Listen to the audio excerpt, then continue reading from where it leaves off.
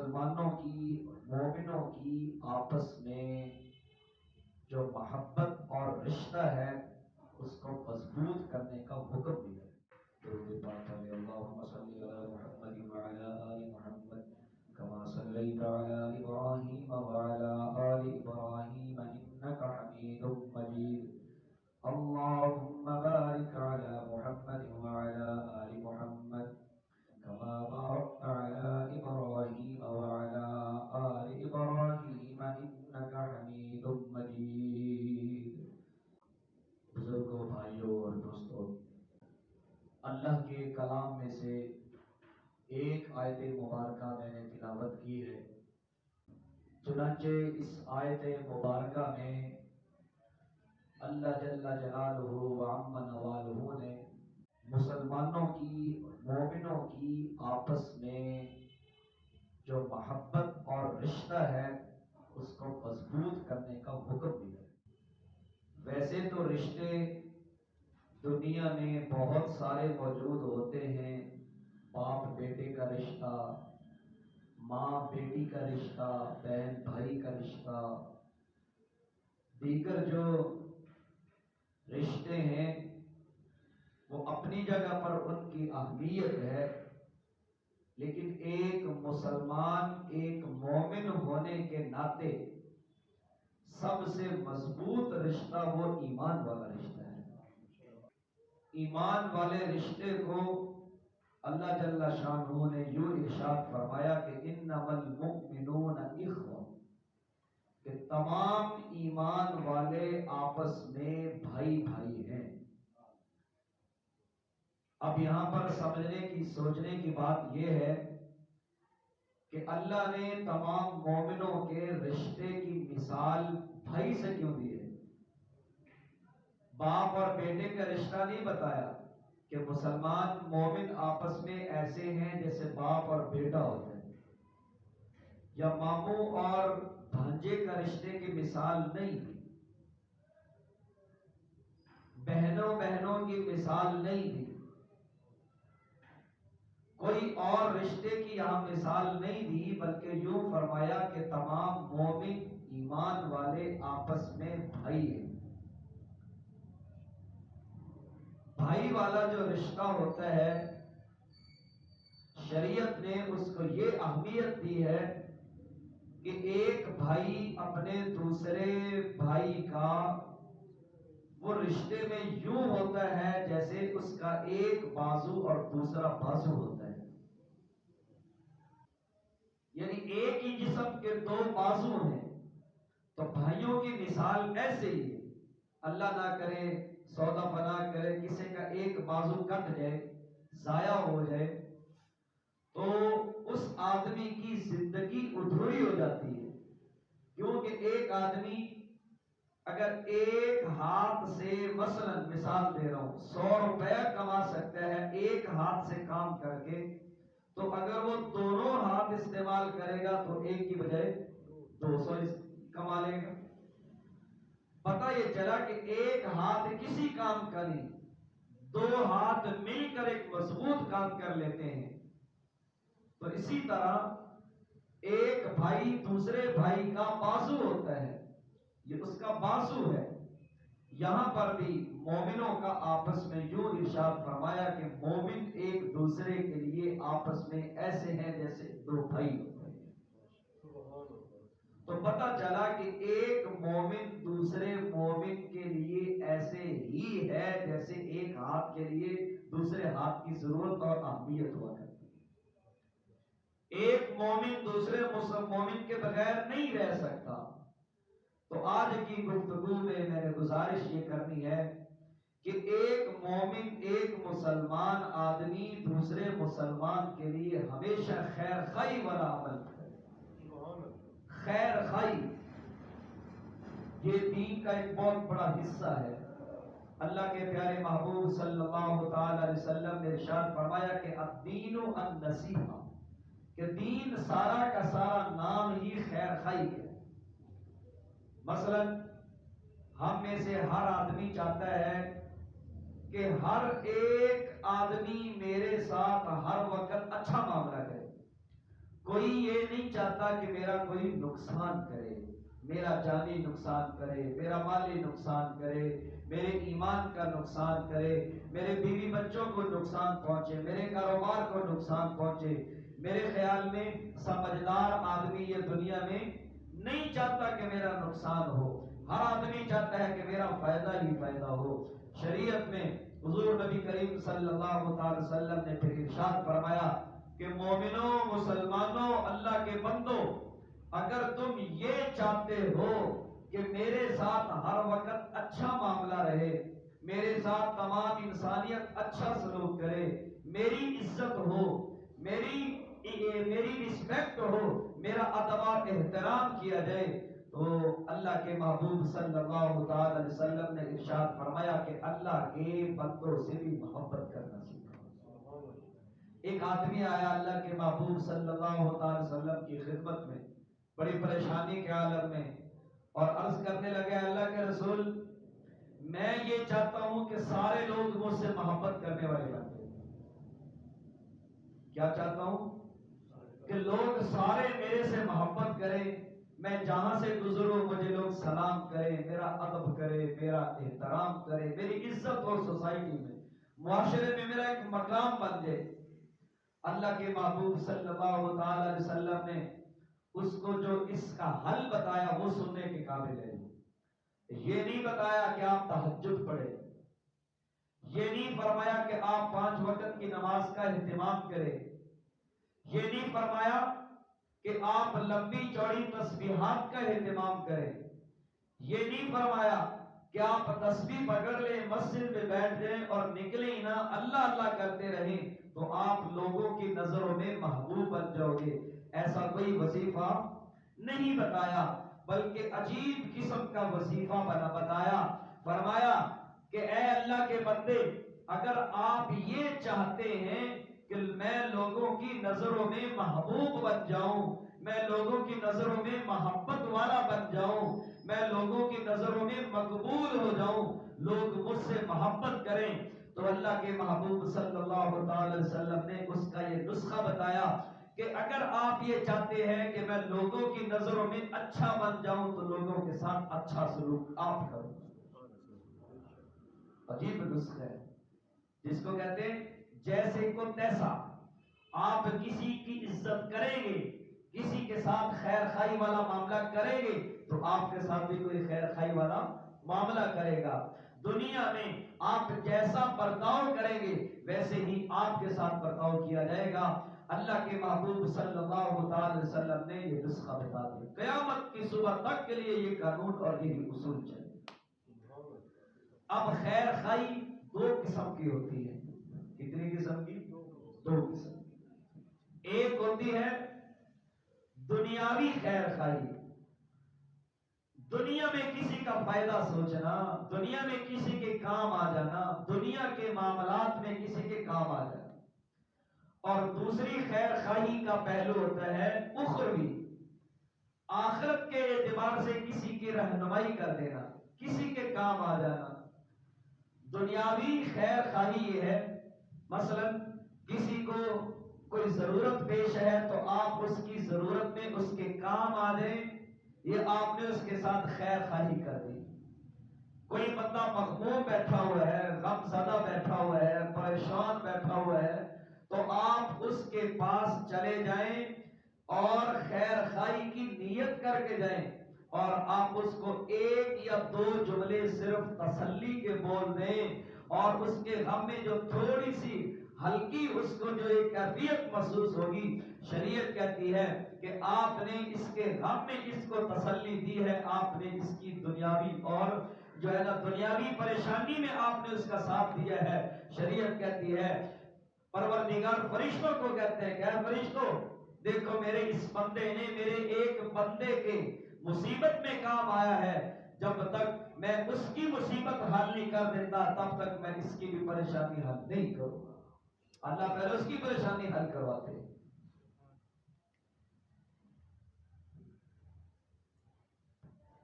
ایک آدمی قرض کے نیچے دبا ہوا ہے، آپ نے اس کی سہولت کے لیے اس کا قرضہ ادا کر دینا تو بہت بڑی بات ہے، صرف آپ نے اس کو جا کر اتنی تسلی دے دی کہ بھائی کوئی بات نہیں، یہ دنیا کا قانون ہے، ہوتا رہتا ہے۔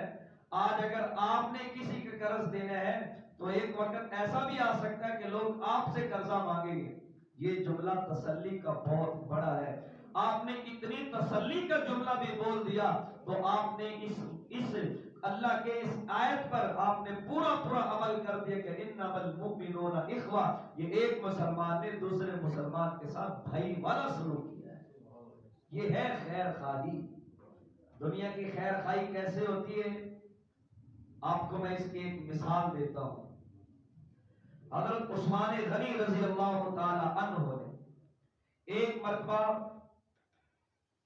ان دنوں میں، اس زمانے میں کہ جس زمانے میں مدینے میں لوگوں کو گندم نہیں مل رہی تھی، قحط سالی پڑی ہوئی ہے، حضرت عثمان غنی رضی اللہ تعالی عنہ نے گندم امپورٹ کی، بہت زیادہ گندم لائی، اور مدینے کے باہر جب قافلہ پہنچا تو مدینے میں جو یہودی تاجر تھے وہ سارے کے سارے اکٹھے ہوئے اور حضرت سیدنا عثمان غنی رضی اللہ تعالی عنہ کے پاس پہنچے اور ان سے کہنے لگے کہ عثمان، ہمیں پتہ چلا ہے کہ یہ ساری گندم آپ کی ہے، جبکہ مدینے میں اور آس پاس کے گاؤں دیہاتوں میں کسی کو آٹا نہیں مل رہا، گندم نہیں مل رہی۔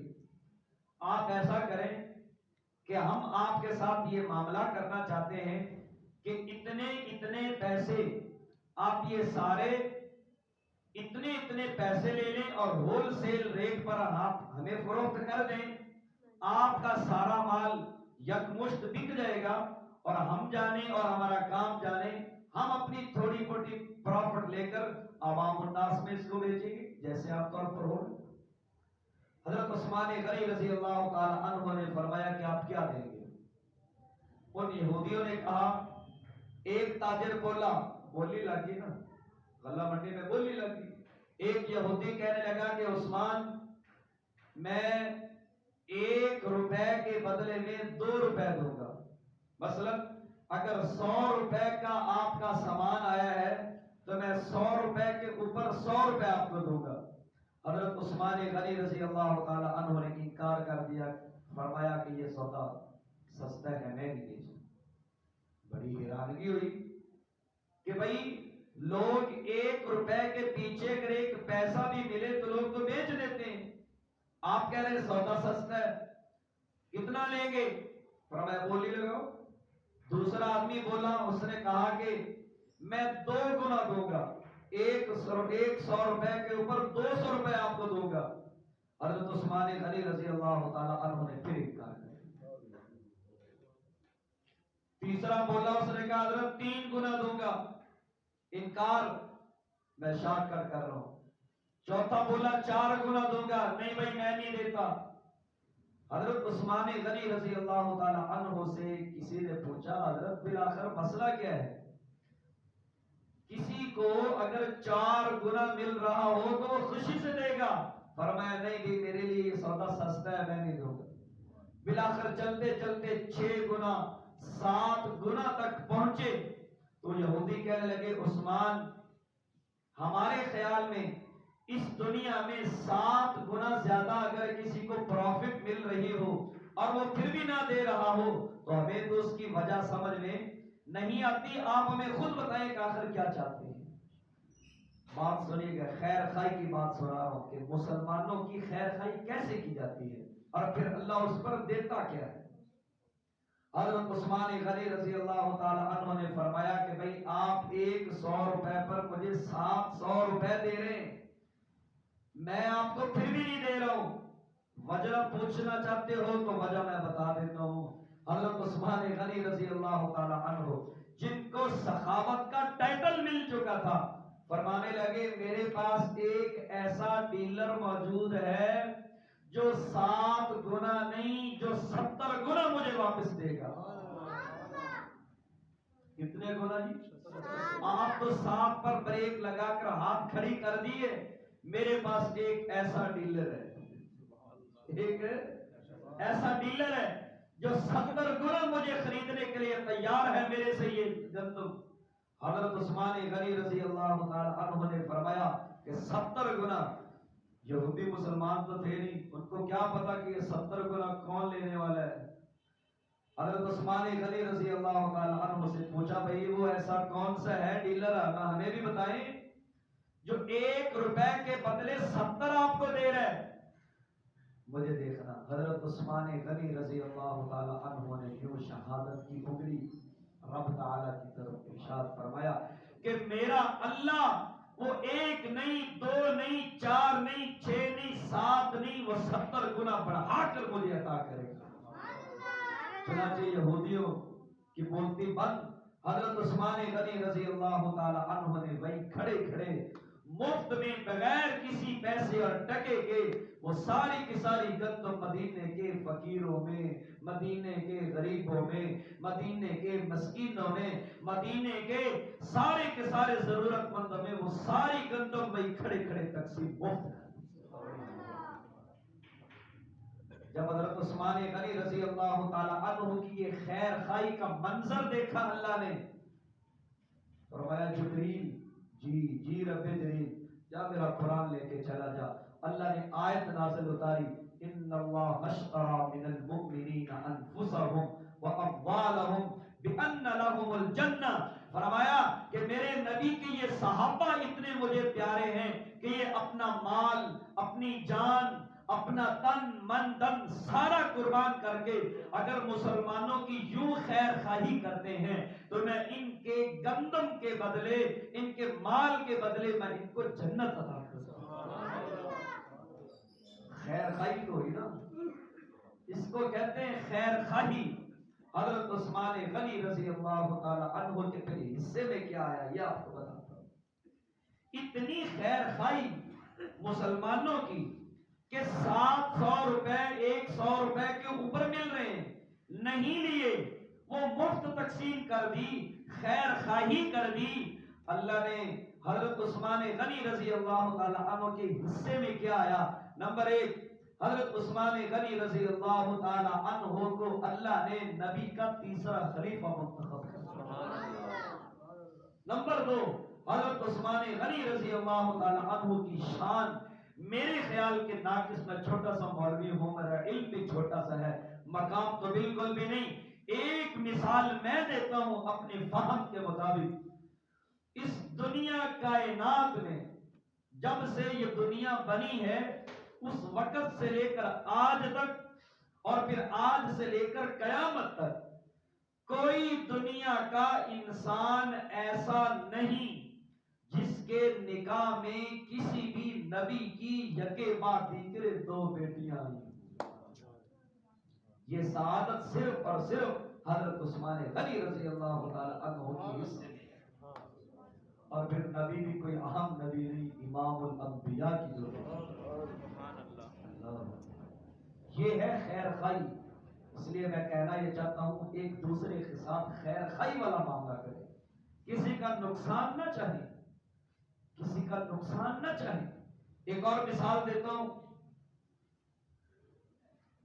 ایک صحابی ان کا نام آتا ہے جریر رضی اللہ تعالی عنہ. اس صحابی رسول نے اپنے ایک غلام کو بھیجا کہ بھائی میرے لیے ایک گھوڑا بازار سے خرید کے لاؤ. یہ غلام گیا اور اس آدمی کے ساتھ طے کر کے آیا کہ بھائی یہ گھوڑا کتنے کا ہے. تو اس بیچنے والے نے کہا کہ 300 درہم لوگا. کتنے بھائی؟ 1 درہم کتنے کا ہوتا ہے جی آمدین صاحب؟ 1 درہم کتنے کا ہوتا ہے؟ تقریباً نہیں زیادہ ہوتا ہے 75 روپے. اب اس 75 کو ضرب تقسیم کر کے دیکھ لیں کتنا بنتا ہے. 300 درہم. اور اس دور کے آج کل کا سونا نہیں، مجھے معاف کرنا، آج کل کا سونا نہیں. آج کل تو ایک زرگر دوسرے زرگر کو یوں چونا لگاتا ہے کہ پتہ بھی نہیں چلتا کیسے کہانی گر گئی. وہ سونے کی بات کر رہا ہوں میں.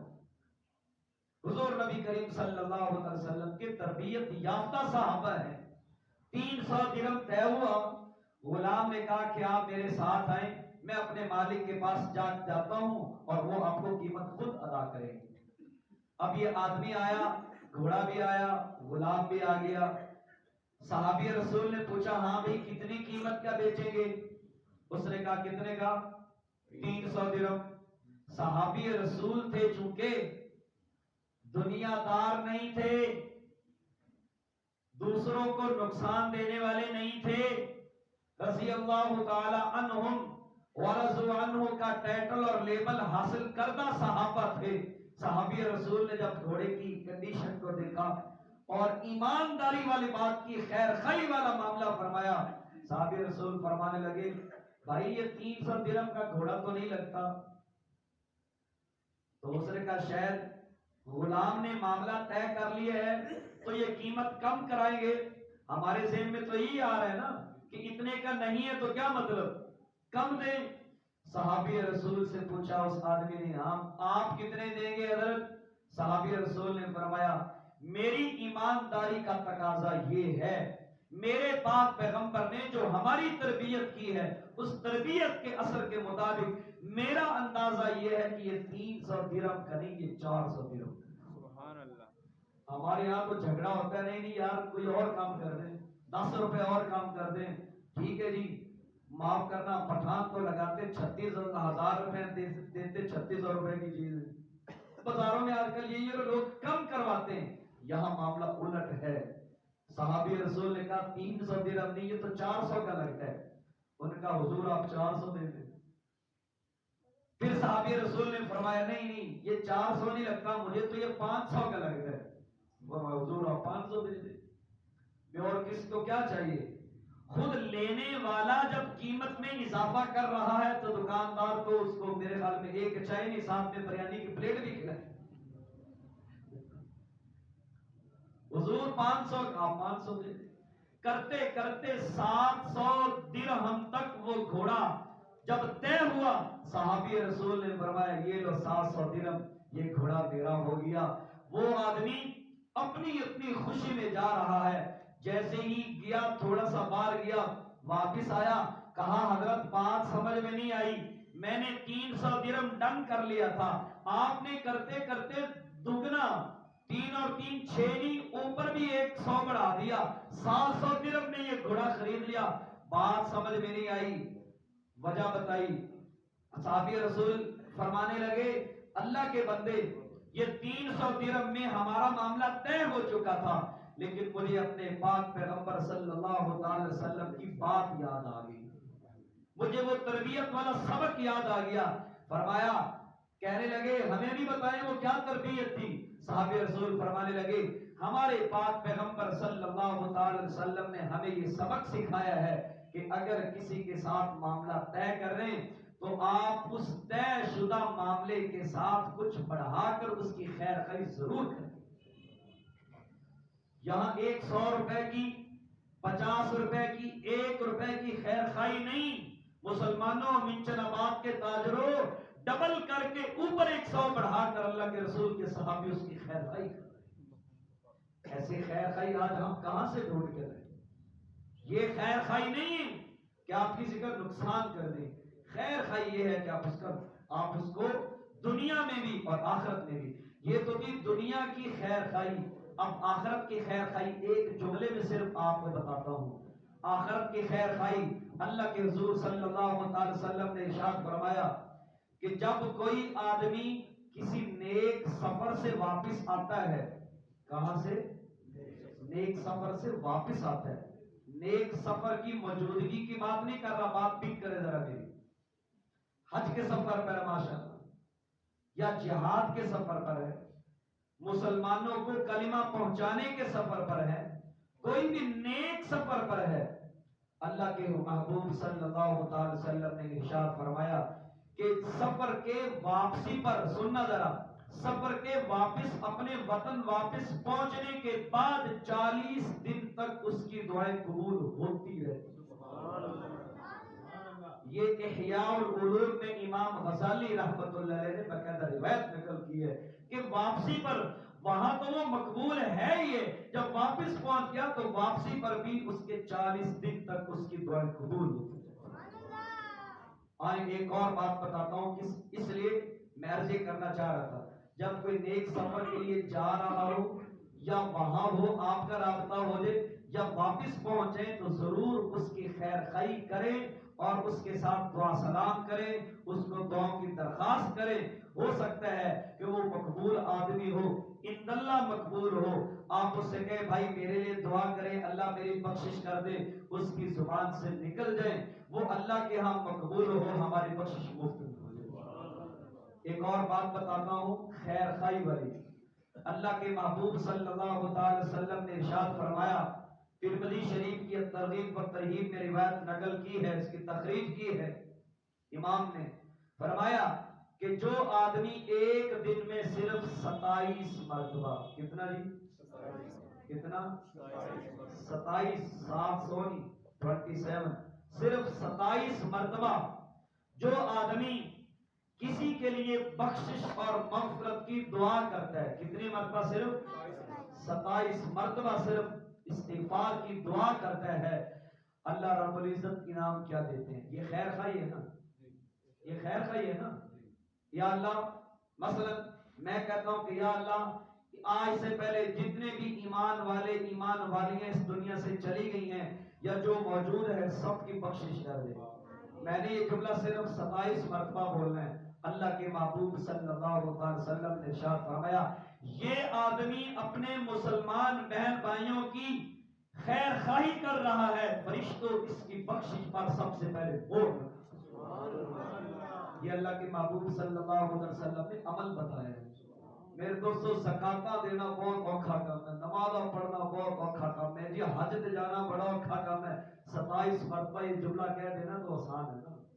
نیکیاں کھلے گی، جنت میں جا رہا ہے، پوچھے گا پروردگار میرے پاس کون سی نیکی ہیں، کون سی نیکی ہیں؟ تو فرشتے عرض کریں گے اللہ یہ کھولنا چاہ رہا ہے. اللہ فرمائیں گے جب کھول دو. وہاں ایسے ہی مفت والے اعمال ہمارے سامنے ہیں. تو اس لیے میرے دوستو اگر اصل ہی نہیں، صحابہ نے تو اصل پرچہ حل کر کے 100 نمبر حل کیے تھے نا. ابو بکر نے صداقت کے اندر اصل پرچہ حل کیا، صداقت میں 100 نمبر، عمر فاروق کے عدالت میں 100 نمبر، عثمان کے سخاوت میں 100 نمبر، علی شیر خدا کے اپنی جلالت میں اور اپنی عبادت میں 100 نمبر اصل حاصل کیے ہیں. ہم آج نقل ہی کر لیں. دیکھو دنیا کے قانون میں نقل کرنا ایک جرم ہے نا. آپ پیپر دینے جاتے ہیں تو وہاں پولیس والے ہتھ کڑی لے کر بیٹھے ہوتے ہیں، کم وقت کوئی نقل مارے سے فوراً ہتھ کڑی لے کے چل دیجیے. یہاں دنیا کے قانون میں نقل کرنا جرم ہے، لیکن اللہ کے قانون میں نقل کرنا جرم نہیں، اجازت نہیں، حکم ہے، حکم. اللہ کہتے میرے نبی کے صحابہ کی نقل کرو، میں آپ کو بھی جنت بتا دوں. میں ایک نقل کی بات بتاتا ہوں. یہ 2 دن پہلے میں سرگوتا کے سفر میں تھا. سرگوتا کے سفر میں تو پروگرام ہوا. پروگرام کے بعد ایک پاپا میرے پاس آ کے بیٹھا، تقریباً اس کی 70-80 سال عمر تھی. ویسے بیٹھا بیٹھا بیٹھا بیٹھا تھوڑا اونگنے لگا. میں نے کہا یہ تو اللہ کو پیارا کہیں نہ ہو جائے، میرے بدے نہ لگ جائے گی. تھوڑی دیر بعد میں آنکھ کھولی تو کہنے لگا مولوی صاحب تو گل سنا نا. اپنے اپنے علاقے کے پھر نئے مہمان کو لوگ باتیں سناتے ہیں. اس نے بتایا کہ یہاں ہمارے 2 گاؤں چھوڑ کر تیسرا گاؤں، اس نے وہ نام بھی بتایا، عجیب سا گاؤں تھا، میرے ذہن میں نہیں رہا. اس نے کہا کہ وہاں ایک گاؤں میں ایک سکھ فیملی تھی. سکھ جو اللہ کو نہیں مانتے، شریعت کو نہیں مانتے، کلمہ نہیں پڑھتے، ان کی اپنی زندگی. تو سکھ خاتون تھی ایک. جب رمضان المبارک کا مہینہ آتا تو جب اس کے چھوٹے چھوٹے بچے اسے دودھ مانگتے، پانی مانگتے، روٹی مانگتے تو وہ اپنے بچوں کو سکھ خاتون اپنے کمرے میں بند کر دیتی تھی اور کوشش کرتی کہ یہ کسی طرح مسلمانوں کا روزے والا دن گزر جائے، شام ہو جائے، جب وہ افطار کریں گے تو میں اپنے بچوں کو اس وقت کھانا دوں. صرف احترام، صرف ادب، صرف نقل کی بات کرو، صرف نقل کرتی.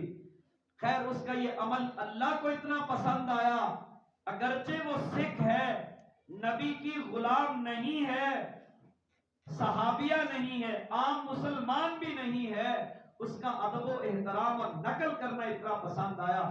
وہ پاپا کہنے لگا ہمارے سامنے وہ فوت ہوئی اور سکھوں کا کام کیا ہوتا ہے کہ لاش کو جلا دیتے ہیں، آگ لگا دیتے ہیں، جلا دیتے ہیں